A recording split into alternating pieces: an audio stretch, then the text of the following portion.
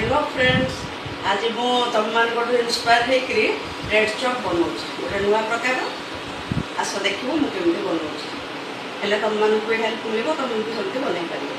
मुझे गुड़ा सब इनग्रेडिएंट्स तार रेडी कर रखी तार फोटो उठे देती आपको सब तुम मानक सेयार करदेवी। तुम देखला प्रोसीजरटा तुम देख एवं तुम देखिपार मुझे सब ब्रेड चॉप बनई रखी है ना।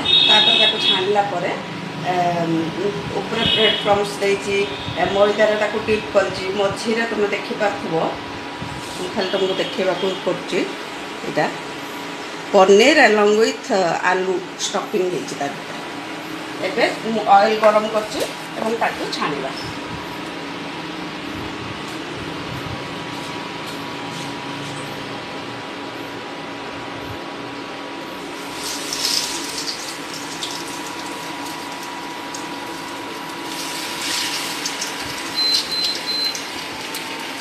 मु तेल को टे बेसी गरम कर देती बेसी अति हिट है थोड़ा सब मुझे कमेदेली।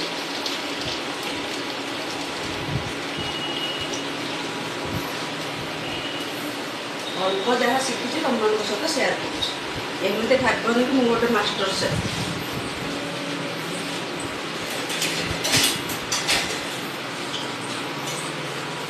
देख गोल्डन ब्राउन हो गलानी मुझे उल्टेदेली।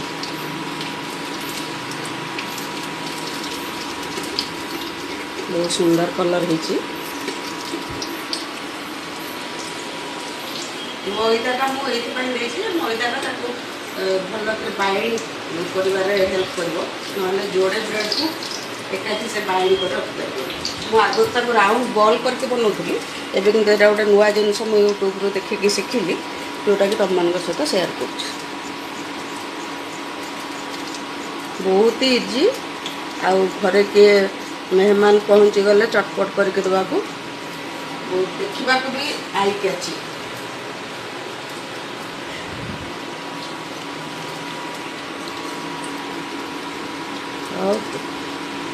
ये बनीगला आम छाणी नवा गोल्डन ब्राउन हवा पर्यटन मुझे पट को छाणी दूसरी अलरेडी हो गला तुम देखिए ए छाणी नवा।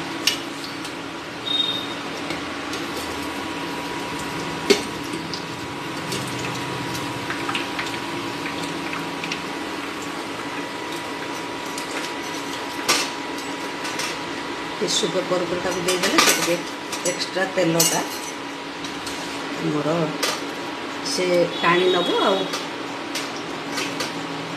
जोटा कि हेल्दी।